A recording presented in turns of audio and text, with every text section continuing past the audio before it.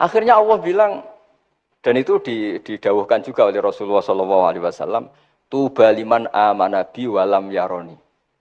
Yang hebat itu imannya orang yang enggak melihat saya. Makanya masyhur itu malaikat ditanya Allah, siapa imannya yang paling kuat? Ya kita, karena melihat engkau langsung ya Allah. Para nabi. Terus tapi yang dari sekian pertanyaan itu jawab sama, yang paling ajaib adalah umat-umat Muhammad di akhir zaman, enggak menangi nabinya, juga enggak pernah lihat surga neraka, tapi iman sama saya. Dan mereka punya cara untuk imannya itu berkualitas sama dengan kamu para malaikat. Ya diantaranya dengan cara logika tadi yang saya utarakan tadi. Am khuliqu min ghairi syai'in am humul khaliqun. Kalau alam raya ini wujud, maka penyebabnya harus sesuatu yang wujud. Masa sesuatu yang enggak wujud menyebabkan yang wujud. Kalau angka 10 ada, 1 juta ada, pasti dimulai angka 1. Makanya nisbatus naini wal arba'ah ila ma la nihayata laha, itu semuanya nisbatul far'i ilal asli. Semua angka berapapun jumlahnya, itu binisbat ilal wahid adalah nisbatul far'i ilal asli. Itu cara-cara, makanya tadi, kajian ilmu itu tidak ada habis-habis.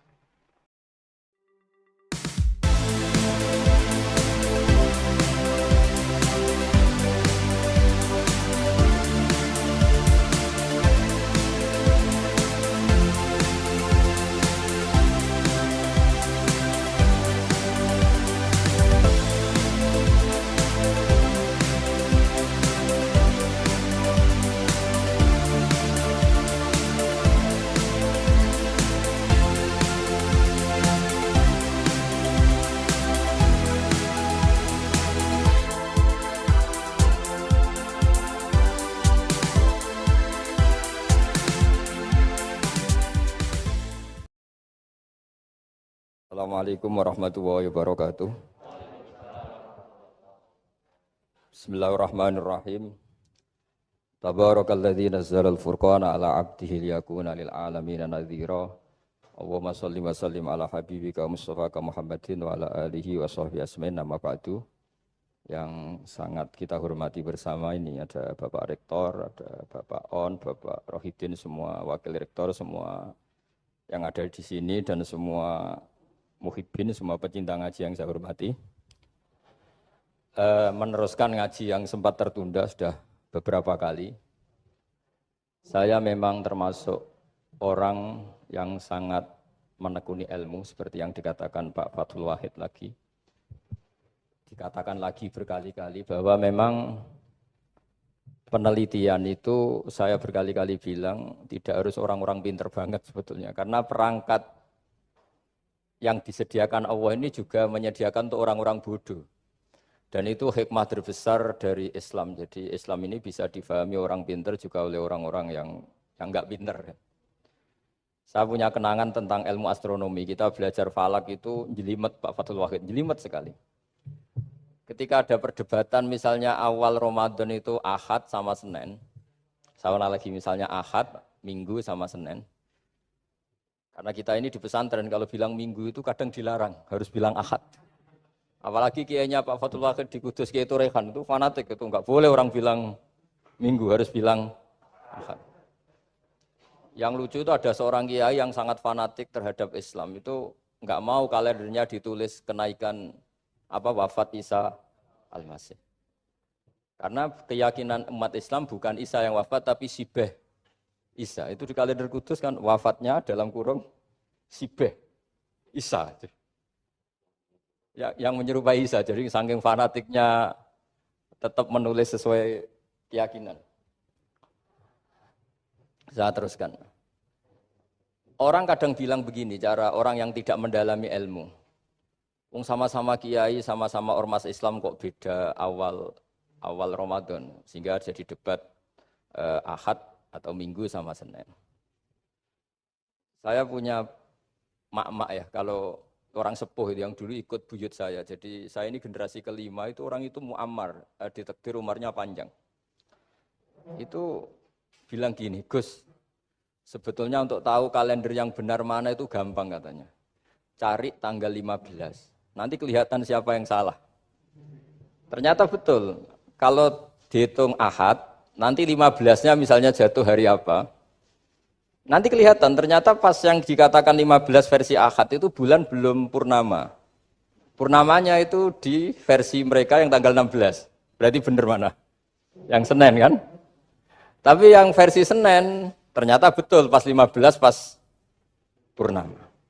Artinya apa? Allah menyediakan perangkat untuk menguji Senin apa Ahad dengan cara awam, yaitu nunggu tanggal 15. Artinya gini, kata siapa yang tahu itu hanya orang pinter gitu. Orang awam juga bisa tahu. Karena agama ini milik bersama, ya milik orang pinter, milik yang tidak pinter. Sehingga dalam pola-pola Islam, di antara madhab Syadzili, madhab Thariqah Naqsyabandiyah, itu beliau di antara kampanyenya gini, kata Thariqah Naqsyabandiyah. Thariqah kami ini, yastawi fistifadatiha ar-rijalu wasibyan. Popularitas Thariqah saya, mudahnya difahami ini, antara orang pinter yang sudah dewasa sama anak-anak kecil ini sama. Kenapa demikian? Kalau dalam filosofi kebenaran itu ada pepatah, fa'innal haqqa adharu min syamsidz dhahirah. Kebenaran itu lebih jelas ketimbang matahari di siang hari. Sehingga mereka dengan mudahnya mensifati Allah misalnya adz-dzahir, zat yang begitu jelas. Kenapa Allah begitu jelas? Karena ulama dulu cara, kalau dalam bahasa pondok mensifati, menstatuskan. Alam raya ini maujud. Maujud itu ada. Di mana-mana sesuatu yang ada itu ya diciptakan oleh yang ada. Masa tidak ada kok menciptakan yang ada. Sehingga mereka tidak pernah tertarik sama faham komunis, ateis, bahwa alam ini dimulai dari ketiadaan. Pertanyaannya adalah bagaimana sesuatu yang tiada menyebabkan yang ada. Sehingga ulama dulu pinter, sifat wajib itu apa? Wujud. Karena alam raya ini kadung wujud, kadung maujudat, maka Allah harus wujud. Berhubung wujudnya Allah itu wujud penyebab, harus qadim atau harus awal. Masa penyebab datangnya terlambat dulu yang jadi efek dari penyebab itu. Sehingga mereka dengan gampangnya mensifati Allah adz-dzahir, zat yang begitu jelas. Sehingga Imam Sibawayh ahli nahwu itu juga mengenali Allah lewat teori nahwu. Beliau bilang Allah itu siapa? Allahu a'raful ma'arif, zat yang paling mudah dikenali.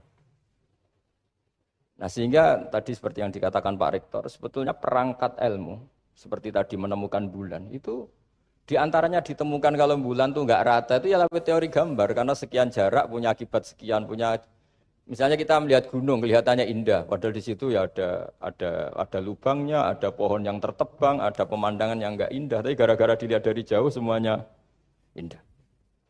Maka disarankan orang yang baru enggak suka istrinya terus melihat dari jauh, tinggal minggat lah kira-kira. Kalau ditinggal minggat 2 bulan itu mesti cinta lagi itu.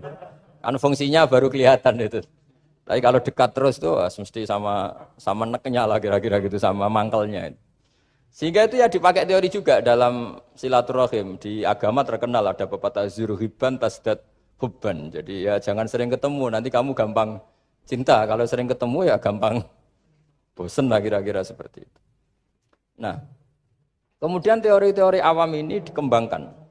Yang awam, jadi dulu orang menemukan matahari itu besarnya kayak apa, rembulan besarnya seberapa, itu dilihat setiap kita melihat mobil itu jarak 1 kilo masih kelihatan sekian meter. Nanti kalau 2 kilo berkurang sekian senti, kalau 3 kilo berkurang sekian senti, terus dikalikan ya kira-kira seperti itu. Kalau rembulan masih kelihatan segede itu berarti kali sekian pengurangan tadi. Terus ditemukan. Makanya kita Pak Fathul Wahid yang di pesantren, yang memang serius ngaji, itu di situ ada ilmu falak. Itu ditemukan sebelum ada teknologi. Jadi kita tahu gerhana itu lamanya berapa, terus yang kena gerhana sisi mana, terus itu dihitung. Karena dari dulu sains, ilmu itu di atas teknologi. Jadi kalau keyakinan kita di pesantren, teknologi itu hanya menyumbang nggak sampai 30%. Jadi orang bisa menemukan pesawat misalnya itu karena melempar batu, kalau masih ada tekanan, batu itu tidak akan jatuh. Padahal batu itu tidak ada mesinnya, asal ada tekanan dia tidak jatuh. Terus dihitung. Kecepatan berapa yang menjamin sesuai itu tidak jatuh. Hanya ditemukan pesawat, meskipun mau landing harus tetap banter, karena kalau tidak banter jatuh. Itu dihitung, artinya dari sains dulu, baru ditemukan teknologinya untuk gimana supaya tetap kecepatan sekian itu ketika mau landing. Nggak boleh pesawat direm, kalau direm ya jatuh, karena tadi seperti batu dilempar, dia nggak jatuh ya kalau masih ada tekanan. Sehingga instrumen itu ditemukan juga di bab tauhid. Saya punya kitab namanya Hasyiatut Turmusi, dikarang ulama top Indonesia, namanya Syekh Mahfud At-Turmusi. Itu beliau cerita, Imam Al-Amudi itu ulama top, tapi dia itu unik, tiap ngajar santrinya itu ngajar matematika, ngajar ilmu eksak. Terus ditanya, sampai muridnya itu ragu, ini guruku masuk surga enggak, ini kiai kok hanya ngajar matematika. Ya kira-kira ngajar, ya seperti mahasiswa jenengan kan, ini rektor masuk surga enggak, ngomong teknik terus gitu loh. Tapi gurunya kayaknya enggak terima, diudhoni santrinya itu enggak terima, karena beliau seorang wali. Murid-muridnya itu bermimpi. Ini penting saya ceritakan, mungkin agak aneh di dunia kampus ya, di bab ini. Kalau dalam teori kita, Pak On itu, mimpi sama nyata, melihat itu otoritatif mimpi. Ini yang agak aneh di ilmu pesantren. Jadi melihat jenengan langsung dengan mimpi itu otoritatif mimpi. Karena mimpi, ru'yal mukmin dijamin oleh Rasulullah sama dengan 46 juz'un minan nubuwah. Jadi persennya itu besar sekali, 46% dari juz'un minan nubuwah, otoritatifnya. Nah tentu tidur yang benar. Logikanya gini, kata-kata kitab-kitab menjelaskan. Orang kalau melihat langsung itu pasti terpengaruhi oleh cinta atau tidak cinta, senang atau tidak senang, sedang butuh apa tidak. Jadi kalau saya sedang butuh dengan Pak Rektor itu melihatnya dengan penuh harapan. Jadi kalau saya sakit mau mati itu senang lihat dokter karena ini harapan, Rektor nggak ngefek gitu kan gitu. Tapi kalau saya politikus ngelihat ketua partai itu lebih respect ketimbang melihat dokter. Jadi gara-gara banyak kepentingan ini melihat itu nggak pernah jujur gitu. Nggak pernah jujur. Jadi kebodohan manusia justru karena melihat itu kalau dalam teori kita. Makanya kalau dalam teori pesantren itu kebalik, anna sunyamun wa idza matu intabahu. Manusia itu hakikatnya tidur, baru setelah mati bangun. Misalnya kita di dunia nganggap uang itu penting, harta itu penting, jabatan penting. Setelah kita mati ternyata yang paling penting itu hanya sujud. Karena kamu itu kenangan ketemu Allah terbaik itu sujud. Yang kita anggap penting di dunia semuanya tidak penting. Yang kita anggap sepele kayak sholat ternyata itu super penting. Tapi sadar itu nunggu nanti di akhirat. Ya, saya ini termasuk syukur yang sadar sebelum sampai akhirat. Jadi termasuk orang yang beruntung lah gitu. Nah, kenapa mimpi itu begitu penting? Karena tadi ketika orang tidur itu off semua, sistem sarafnya, sistem apanya. Yang ada hanya pengendalian Tuhan. Karena dia tidak bisa mengendalikan dirinya sendiri. Apalagi kalau tidurnya benar ya tentu pakai wudhu, terus pakai doa-doa, terus menghadap kayak mayit itulah, standar mayit itu menghadap ke kiblat kayak posisi mayit itu. Sehingga dia ada intervensi pada dirinya sendiri, ya tidak punya keinginan dari dirinya sendiri. Kamu kan nggak bisa ingin, wah tidur ingin ketemu wanita cantik kan tidak bisa nentukan gitu. Akhirnya ya benar-benar hanya milik Allah. Apalagi kalau kita bacanya benar, terus pikirannya benar. Makanya uniknya dalam Islam adalah doa mau tidur dengan wiridan setelah sholat itu ajarannya Nabi banyak mau tidur. Wiridan subhanallah 33, alhamdulillah 33, Allahu akbar 33 dan disempurnakan seterusnya itu. Itu ijazah Nabi kepada Sayyidah Fatimah itu untuk mau apa? Tidur. Bismika wada'tu jambi wa bismika arfa'u. Sampai doanya panjang. Allahumma aljatu dhuhri ilaika. Panjang sekali doa mau tidur. Saya yakin jenengan ndak hafal dan ndak. Paling ya bismika wada'tu jambi apa? Bismika Allahumma ahyawamu. Itu sebagian ustadz bilang itu doa ngaji katanya. Ada seorang ustadz saking mangkelnya, ibu sudah baca doa ngaji, belum tak juara bismika Allahumma ahya bismika wa amu. Wah itu kan doa mau tidur Pak Ustadz. Iya biasanya kalau ngaji tidur. Jadi doa itu kalau itu doa mau. Akhirnya mimpi itu penting. Karena di situ manusia enggak punya nafsu, enggak punya keinginan. Sehingga yang ada itu kata Nabi itu ada sittatun wa arba'una juz'an minan nubuwah. Sehingga dulu itu mimpi itu jadi sarana betul. Kita tahu kan cerita orang-orang dulu. Fir'aun itu kurang jahatnya, kurang kelirunya. Dia mimpi ada api dari Bani Israel yang membakar kerajaannya. Dan semua pentakwilnya sepakat itu maksudnya Anda akan dihabisin kerajaan Anda oleh bayi dari Bani Israel. Begitu juga raja zaman Nabi Yusuf. Itu mimpi kalau ngalami ada 7 sapi yang gendut dimakan oleh 7 sapi yang kurus. Jadi mimpi itu sarana, bahkan bahkan dari orang kafir. Karena ya tadi yang preman ya nggak ada premannya, yang soleh ya nggak ada solehnya, semua dikendalikan oleh Allah Taala pas tidur. Sehingga tidur ini menurut agama lebih otoritatif, asal dengan tidur yang benar. Jangan tidur sambil ngerokok terus terbangun karena ininya kena itu. Nah, cerita-cerita unik begini kalau tidak orang pesantren itu tidak tahu. Karena ini memang khas pembalikan satu fakta yang diyakini orang banyak. Sehingga ulama dulu itu cerita, ini saya teruskan. Imam Amudi itu akhirnya murid-muridnya mimpi. Mimpi di situ tanya, Pak Ustadz, Anda masuk surga enggak ketika hidupnya hanya nerangkan matematika? Oh iya, saya bahkan enggak sekedar di surga. Malaikat dikumpulin Allah untuk mendengarkan presentasi saya ngajar matematika. Jadi kata dia cerita, Allah bilang gini ke malaikat, hei para malaikatku, kenapa kamu iman sama saya? Ya karena saya melihat engkau ya Allah, melihat kekuasaan engkau. Tapi imannya orang ini itu melebihi iman kamu. Wah ya tidak bisa, saya melihat engkau langsung, ini tidak melihat engkau langsung. Kenapa begitu yakin seperti yakin kita? Oh iya. Terus Imam Amudi, silahkan ajari matematika. Imam Amudi mulai ngajari matematika. Terus beliau ngajari ya sederhana.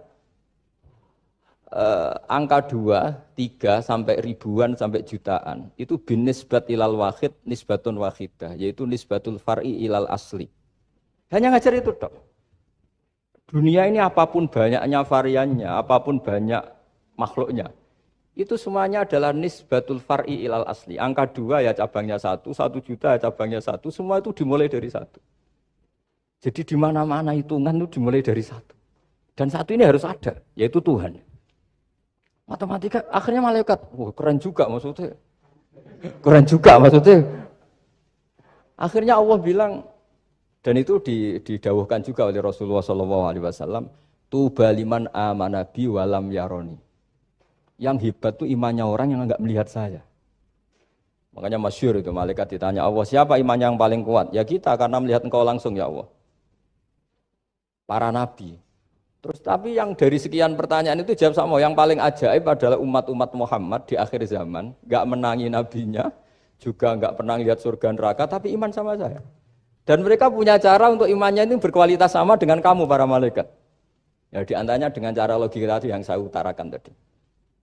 Am khuliqu min ghairi syai'in am humul khaliqun. Kalau alam raya ini wujud, maka penyebabnya harus sesuatu yang wujud. Masa sesuatu yang enggak wujud menyebabkan yang wujud. Kalau angka 10 ada, 1 juta ada, pasti dimulai angka 1.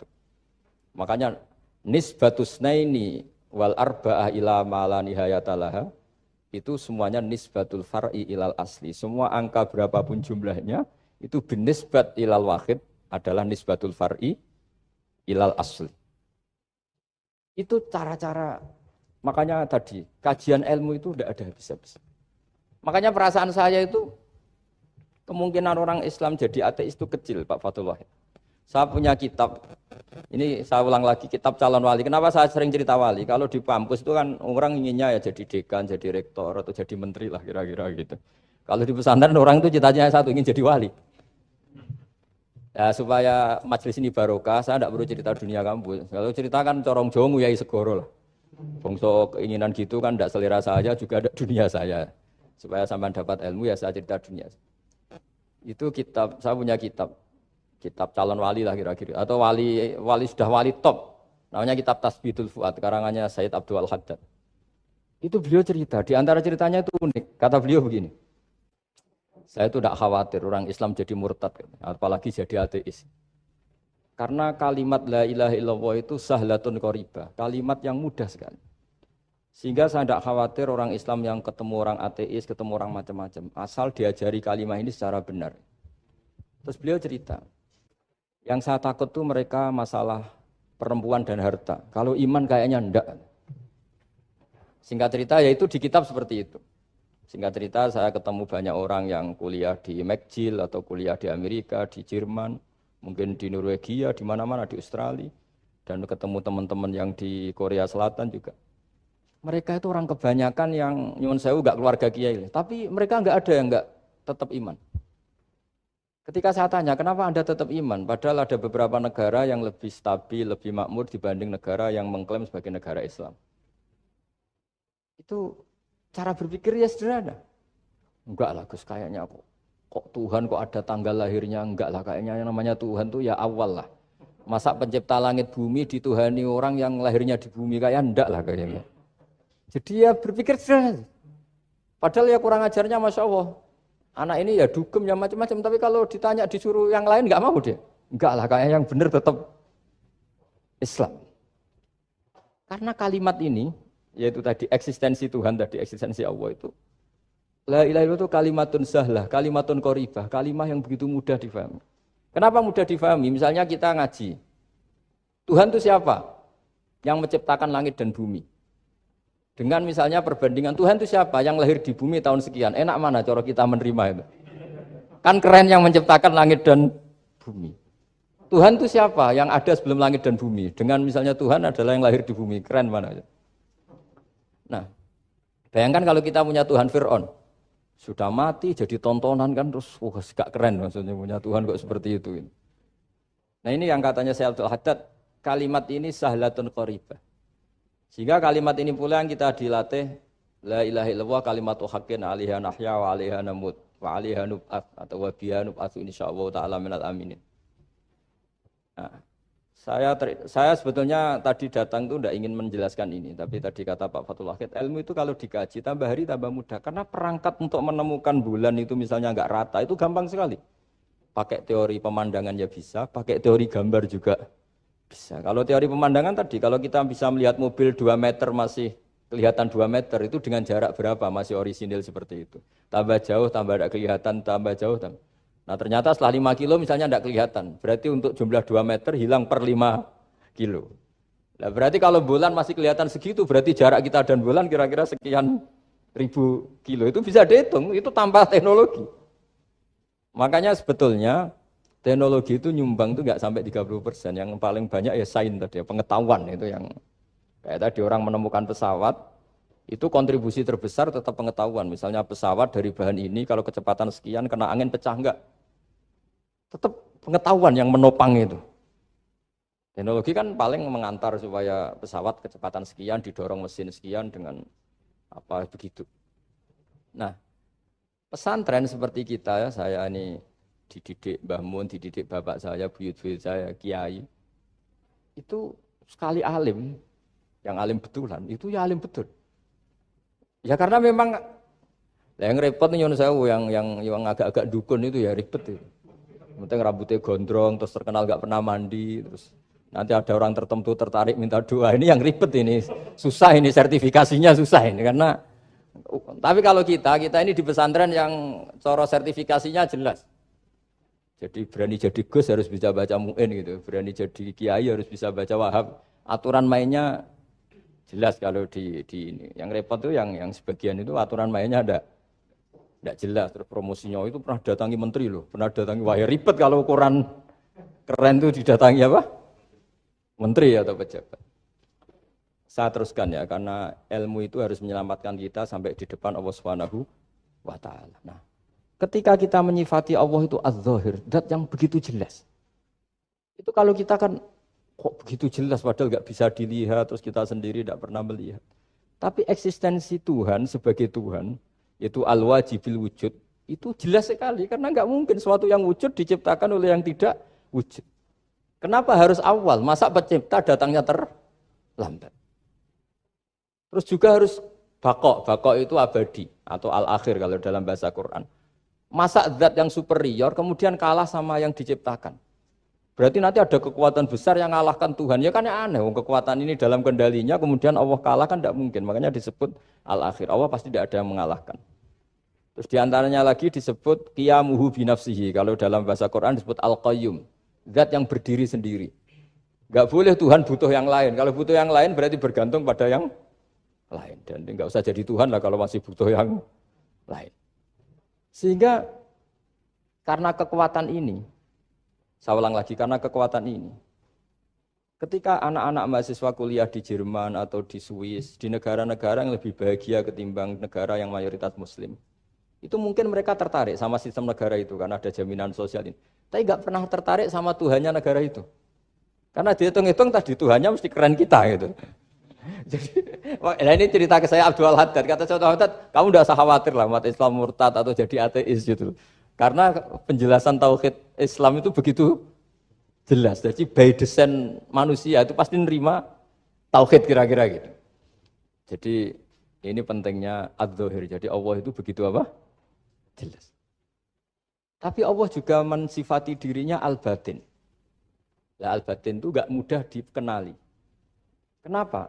Karena tubuh kita desainnya ini profan. Tubuh kita tidak sempurna, rentan. Nah, tentu sesuatu yang gak sempurna ini tidak bisa melihat dat yang super apa? Sempurna. Kita bisa rusak sementara Allah tidak. Nah karena alasannya tubuh kita ini didesain untuk rusak, maka di surga itu keyakinan para ulama orang bisa melihat Allah karena desain tubuhnya sudah dirubah dari desain profan menjadi keabadian, sehingga di sini terus ada kelayakan melihat. Itu pun tetap min ghairi kaifin walan hisorin, tetap ya bisa melihat, tapi corong Jawa itu kecelok melihat, tapi tidak sampai faham. Karena bagaimanapun Allah itu la tudrikul absar wa huwa yudrikul absar. Bagaimanapun Allah itu laisa kamitslihi syai'un, tidak ada padanannya. Jadi makanya Allah punya sisi adz-dzahir bisa dikenali sekali. Kenapa? Ya tadi nisbatus naini wal arba'ah ila ma la nihayata laha itu nisbatul far'i ilal asli. Saya punya kitab Pak Fathul Wahid, diajar Mbah Mun dulu, kitab Al-Husunul Hamidiyah. Itu yang ngarang itu ya kayak kelihatan ngawur, tapi ngawurnya orang alim. Jadi di situ ada gambar, gambarnya itu enggak jelas. Mungkin pengarangnya juga enggak bisa gambar kayaknya. Wah bulat, benang bulat ada, gambar gunung ada, gambar yang tambah ngawur ya banyak sekali. Gambarnya itu enggak ada yang jelas. Tapi dari enggak jelas itu beliau bilang gini, gambar yang bulat ini, yang enggak jelas ini, tetap kamu punya rumus kan, itu dimulai dari satu titik.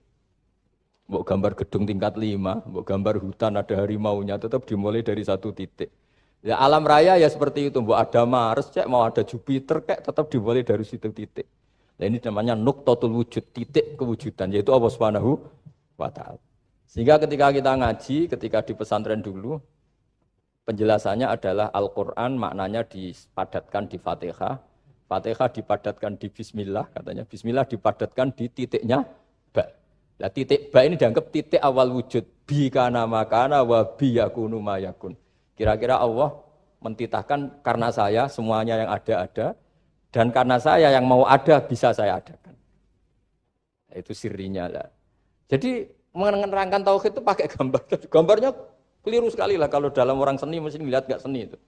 Karena dia gak butuh gambarnya, butuh mau menjelaskan bahwa dunia sebanyak ini, bahwa alam raya sebanyak ini tetap dimulai dari satu titik.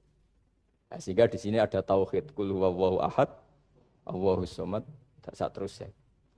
Nah saya mohon lewat penjelasan ini ya, baik orang yang ahli teknik maupun ahli medis, ahli apa saja, tolong latihlah memberi penjelasan yang mudah, sehingga agama ini mudah dicerna.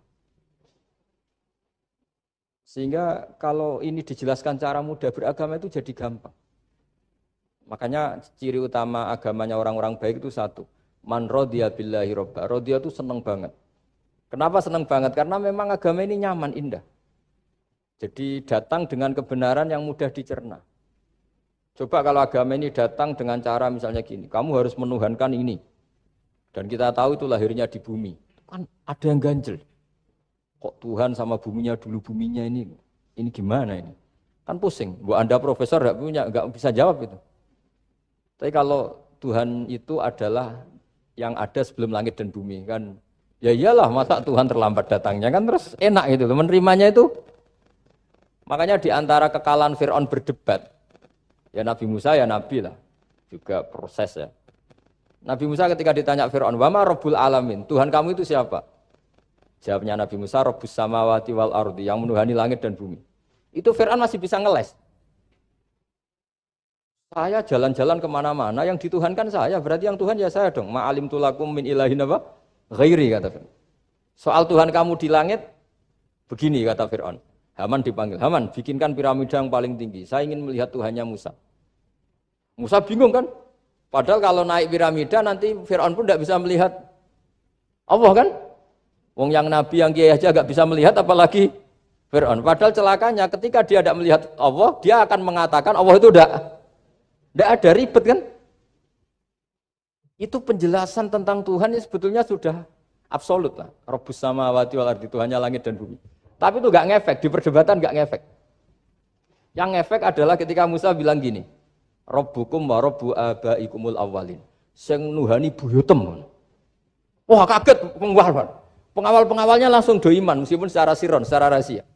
Iya, nah, Quran pangeran berarti buyutnya radi pangeran. Kan pangerannya putune berarti buyutnya wah ribet kan? Ya kalau Fir'aun Tuhan, bapaknya tambah Tuhan kan, mbahnya, buyutnya. Akhirnya kata pengawal Fir'aun, geblek tenan Fir'aun. Artinya apa? Kadang argumentasi yang sudah benar, yaitu Tuhannya langit dan bumi kan ya benar lah. Tapi itu tidak ngefek, di perdebatan tidak ngefek. Yang ngefek adalah ketika Rabbukum wa rabbu abaikumul awwalin. Yang nuhani nenek moyang kamu. Orang mulai mikir, kalau Fir'aun itu Tuhan, lalu nenek moyangnya Tuhannya siapa? Jadi ini seninya, makanya di antara syarat Nabi, jadi Nabi itu sidik, amanat, tabligh, fatona. Fatona itu ada kecerdasan. Dulu Nabi ya sering dibully, jangan kira Nabi itu enggak sering dibully, sering juga Pak Rektor. Jadi ada unta itu kena kudis. Kudis itu ya jenis penyakit menular lah. Nabi dengan teori tawakalnya, Nabi itu punya dua teori. Kadang pakai teori tawakalnya, kadang pakai teori preventif. Makanya Nabi pernah ngendikan kalau ada penyakit menular di situ, kamu jangan di situ. Itu pakai teori preventif. Tapi kadang Nabi pakai teori tawakal. Nabi menghentikan la adwa wala tiarotan. Tidak ada penyakit menular. Terus orang-orang yang ya usil lah kira-kira gitu. Ada unta kena kudis dijejerkan yang waras. Ternyata yang waras ikut kudisen lah, ikut sakit. Senang orang ini. Ya Rasulullah ini saya jejerkan ternyata yang enggak tertular jadi tertular. Padahal engkau bilang enggak ada penyakit menular. Nabi jawabnya lucu. Faman a'dal awwalah. Kalau yang pertama ini tertular siapa? Ya dikira Nabi itu kalah karena melihat unta yang kedua. Ternyata Nabi enggak, ketika dipanggil ya Rasulullah ini unta agak gudikan, tak jejerkan yang kudisen, ternyata ikut kudisen. Berarti penyakit itu menular. Tapi Nabi jawabannya faman a'dal awal. Lalu yang kena penyakit pertama tertular oleh siapa? Wah itu asli dari Allah. Ya maksud saya seperti itu kata.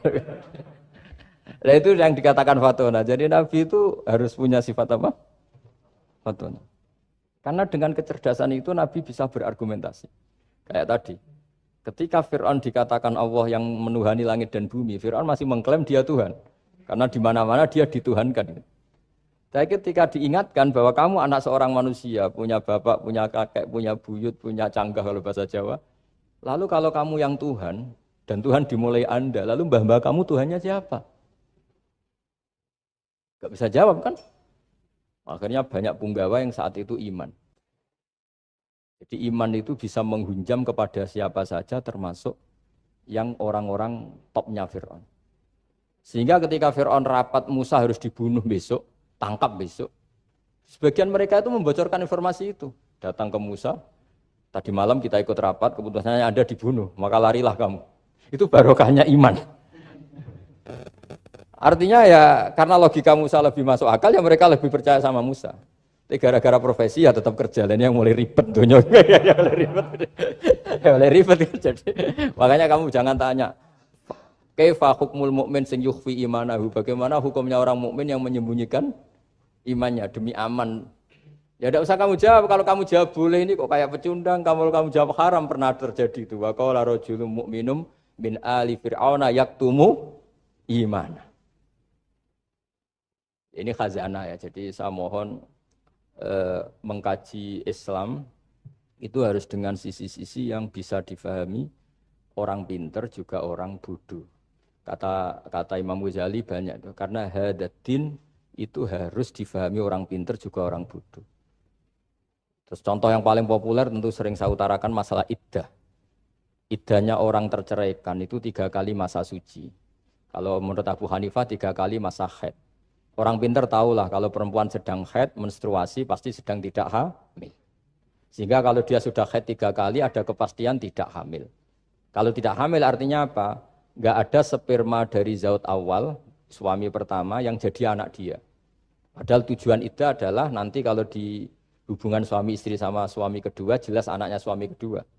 Tapi kalau tidak ada iddah kan malam hubungan suami istri, pagi bentrok, cerai, terus kawin, kumpul suami istri lagi, terus nanti anaknya itu anaknya siapa?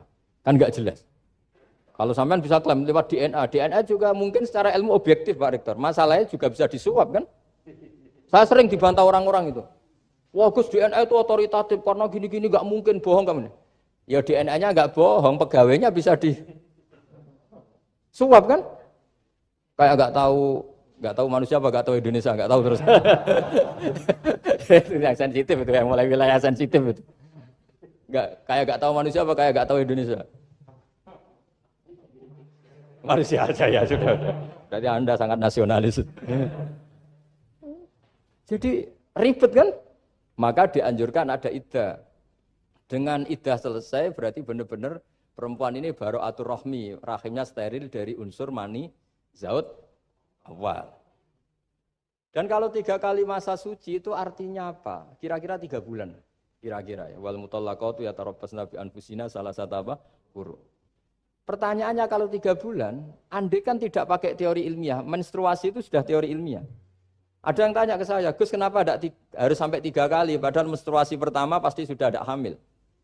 Saya jawab, menstruasi pertama itu namanya keluar darah. Nggak ada jaminan kalau itu haid, bisa saja keluar darah karena kaget, karena kecelakaan, karena apa. Sehingga kalau misalnya perempuan diceraikan, Gus saya sudah haid.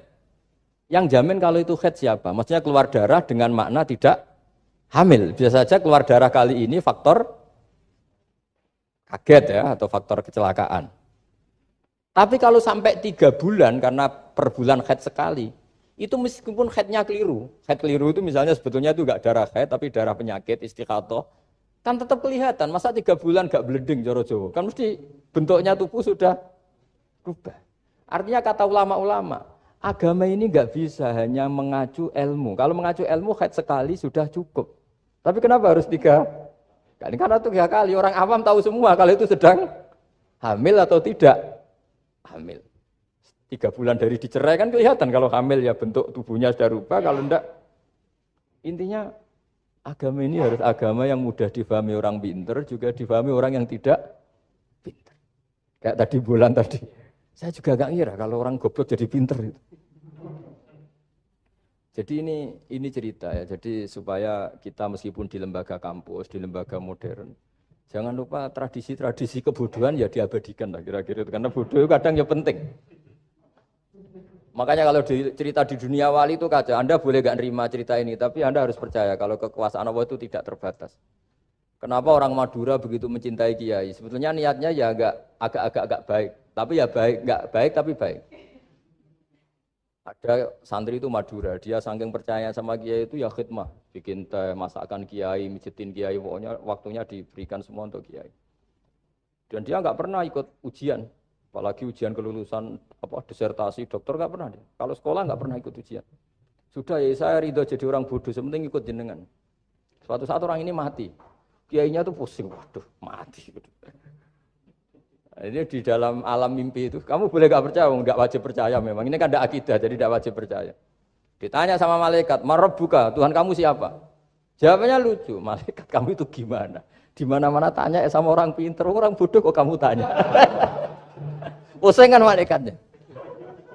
Di mana-mana namanya tanya, itu ya sama orang pinter, masa orang bodoh ditanya? Yang bener aja kamu. Makanya bodoh ini ya senjata, makanya ini kita kalau pinter ya alhamdulillah, kalau bodoh ya alhamdulillah. Karena bodoh itu penting. Kalau negara ini tidak makmur, yang disalahkan mesti para rektor.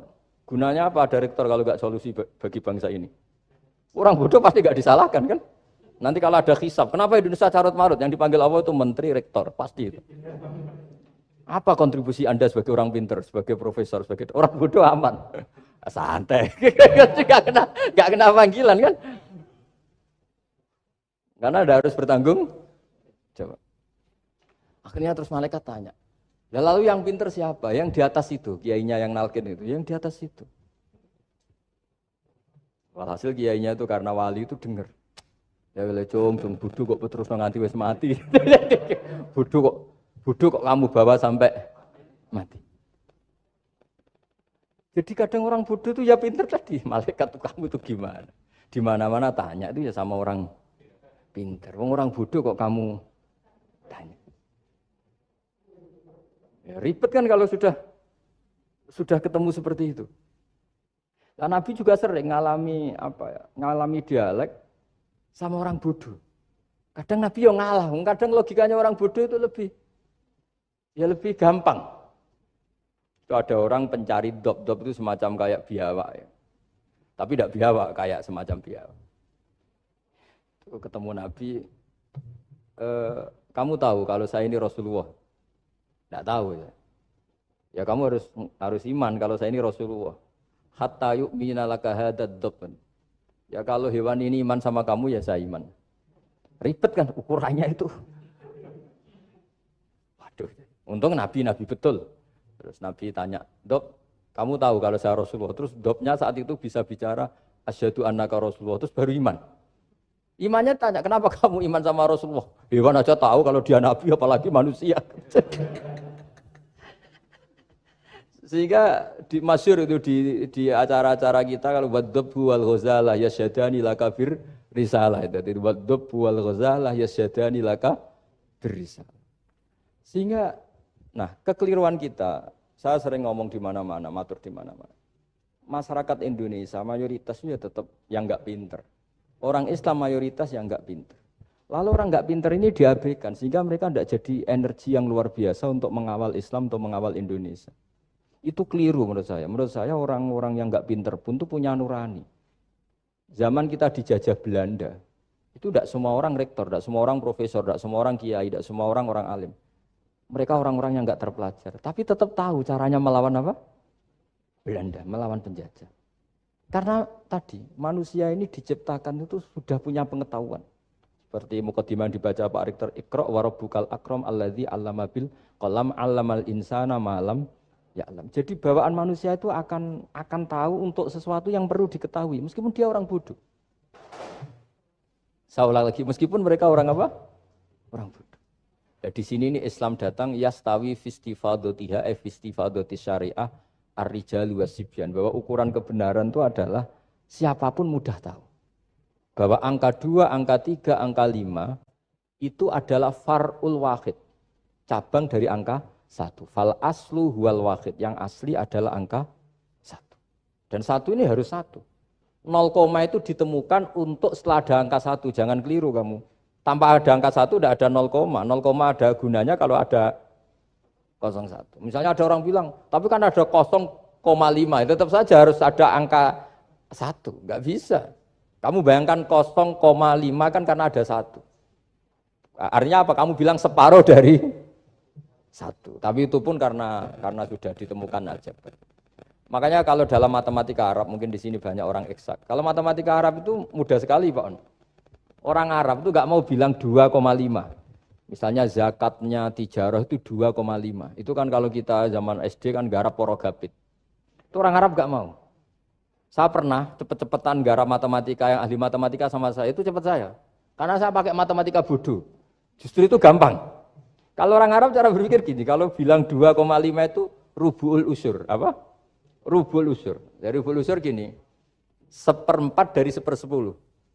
Jadi misalnya 100 1/10-nya berapa? 10. Setelah 10, 1/4-nya berapa? 2,5. Jadi bertahap, rubu'ul usur. Sehingga misalnya gitu, 1 juta kan angkanya nolnya kan 6. Kalau kamu porogapit 2,5 kan kuweselan nggih porogapit. Kalau orang Arab gampang, 1 juta 1/10-nya berapa? 100. 1/4-nya 25. Berarti 2,5-nya 1 juta. 25.000. Orang Arab bilangnya rubu'ul usur. 1/4 dari 1/10. Jadi di 1/10-kan dulu baru di 1/4. Jadi lebih cepat. Sampai pakarnya tanya, Gus kok bisa gini? Wah, aku anak kiai ngawur. Saya ini, makanya banyak orang pesantren itu pintar matematika. Sebetulnya matematika model, ya sebenarnya kayak agak model bodoh itu. Tapi itu gampang, orang awam gampang. Kalau kita kan enggak, misalnya zakatnya zuruk, zakatnya tanaman itu 1/10 atau 1/20. Kalau orang Arab enggak mau 1/10 atau 1/20. Berarti kalau 100 ton atau 100 pintal berarti berapa? 10 atau 5 kan? 1/10-nya 100 berapa? 10. Kalau 1/20-nya 5. Kalau hitung-hitungan di fikih zakat orang modern kan 1/10 atau 1/20. Kalau orang Arab nggak mau bilang gitu. Zakatnya zuru itu al-usyur, 1/10. Berarti per 100 ton misalnya 10. Atau nisful usyur, separuh dari 1/10. Jadi nggak mau bilang 1/20. Usyur atau nisful usyur. Gampang mana coba? Ya kan, usurnya kan 10. Kalau nisful usur 5 atau 1/20. Daripada gawe poro gapit, wah seruat. Jadi kita ini yang kelihatan goblok matematikanya ya pinter juga gitu. Meskipun ya tetap goblok karena tidak nekuni gitu. Sehingga di pondok itu ya dulu diajarkan faraid, falak itu ya gampang sekali karena memang hitungan Arab gitu. Kalau bilang 2/3 itu sulusani apa? Jadi 6. 2/3-nya 6 berapa? 6 sulusnya berapa? Sepertiganya? 2. Nah, sepertiga itu sepertiga 2 kali. Berarti berapa? 4. Ya, 6 itu 2/3-nya kan? Pokoknya bahasa Arabnya sulusan. Kalau orang terjemahnya berapa? Kalau orang 2 kali sepertiga, Pak. 2/3. Sulusan itu 2/3. Nah, itu kalau orang Arab bilang enggak 2/3, sulusani. Sepertiga 2 kali. Jadi 6 di sepertiga dulu 2. Nah 2 itu 2 kali. Berarti berapa? 4. Jadi itu. Nah Quran itu ya kira-kira gitu. Jadi kelihatannya goblok, tapi itu pinter itu. Yang porogabit kelihatannya pinter, tapi tidak pinter. Ukuran orang pinter yang mempermudah yang sulit. Jangan mempersulit yang mudah kan itu. Makanya saya bilang ini yang pinter yang mana itu. Nah, saya kembali lagi ke tadi. Jadi agama ini datang dengan sebegitu mudah. Sampai matematika yang katanya sulit, itu matematika Islam itu mudah sekali. Karena tadi, misalnya kalau 1 miliar zakatnya 2,5% berapa? Kan pusing kan? Tapi kalau kamu pakai teori rubul usur 1 miliar, usurnya 100 juta. Seperempatnya 25 juta. Berarti per 1 miliar. Gampang mana coba sama ngomong itu? Nanti ada yang nyeleduk, gampang kalkulator Gus. Ya ribet lagi kan, kalau kalkulatornya pas hilang. Atau pas dipakai anaknya belajar daring, ribet kan HP-nya. Jadi ini cerita ya, jadi seperti yang dikatakan Pak Rekro tadi, sebetulnya ciri utama ilmuwan atau ulama atau profesor atau dokter itu usahakanlah yang mudah itu, yang sulit itu menjadi apa? Mudah. Yuridu wa bikumul yusra wa la yuridu bikumul usra. Sehingga kata Imam Alamudi, dia menjadi wali besar itu justru karena belajar tauhid. Yang dari belajar matematika tadi, dari matematika, dia tahu bahwa angka berapapun jumlahnya itu binisbat ilal wahid, itu semuanya nisbatul far'i ilal asli. Semua itu cabang dari satu. Alam ini kayak apa besarnya, apa Mars, ada Jupiter, tetap semuanya nisbatnya ke Allah adalah nisbatul far'i ilal asli. Semua itu diciptakan oleh pokok yang satu, yaitu Allah Subhanahu wa ta'ala. Saya kira demikian. Assalamualaikum warahmatullahi wabarakatuh.